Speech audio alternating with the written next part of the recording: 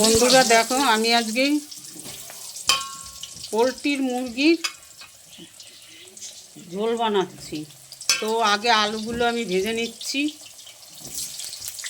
একটু ভাজা ভাজা লাল লাল হয়ে গেছে, আমি তুলে নিচ্ছি। আমি একটু জিরা এবার দিয়ে দিলাম,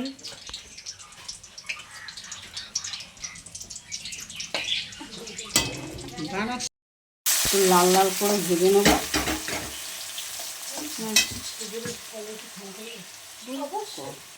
এবারে আমি মশলাটা দিয়ে দিচ্ছি। এর মধ্যে মশলার মধ্যে আছে আদা, রসুন, পেঁয়াজ, লঙ্কা। মশলাটার মধ্যে আমি এই মশলাটা পেস্ট করে নিয়েছি। তো এখন আমি হলুদ দিয়ে দেবো,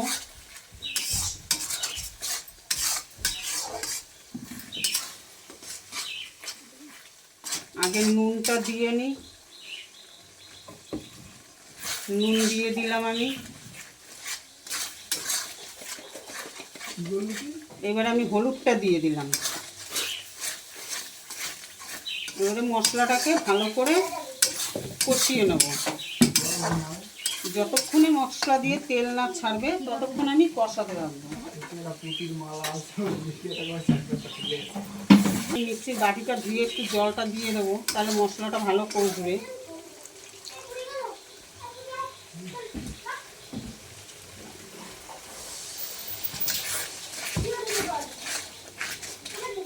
তাতে মশলাটা ভালো কষা হবে। দেখো, এইবার আমার মশলা দিয়ে কিন্তু তেল ছেড়ে দিয়েছে। তো আমার মশলাটা অলরেডি কষানো হয়ে গেছে। তো এবারে আমি মাংসগুলো দিয়ে দেবো। মাংস দিয়ে একটু কষাবো।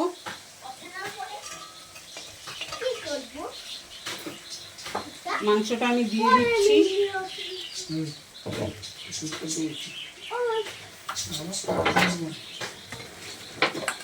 এবার আমি মশলাটার সঙ্গে ভালো করে আমি মাংসটাকে কষিয়ে নেব।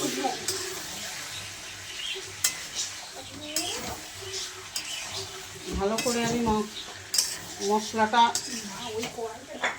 করে নিচ্ছি, কষিয়ে নিচ্ছি। বন্ধুরা দেখো, আমার কিন্তু প্রায় কষানো হয়ে এসছে, তেল ছাড়তে শুরু করে দিয়েছে মাংস থেকে। তো আমার প্রায় কষানো শেষ, আর একটুখানি বাকি, তারপরেই আমি জল দিয়ে দেবো। আমি আলুগুলো এবার দিয়ে দিলাম এর মধ্যে। আমার দেখো বন্ধুরা, মাংসটা কষানো হয়ে গেছে। তো আমি এখন জল দিয়ে দেবো। একটু উষ্ণ গরম করে নিয়েছি জলটা। এবার আমি জলটা দিয়ে দিচ্ছি।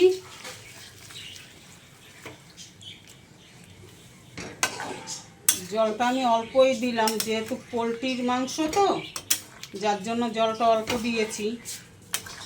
কষানোতেই অর্ধেক হয়ে গেছে, তো ওই জন্য জলটা অল্প দিয়েছি।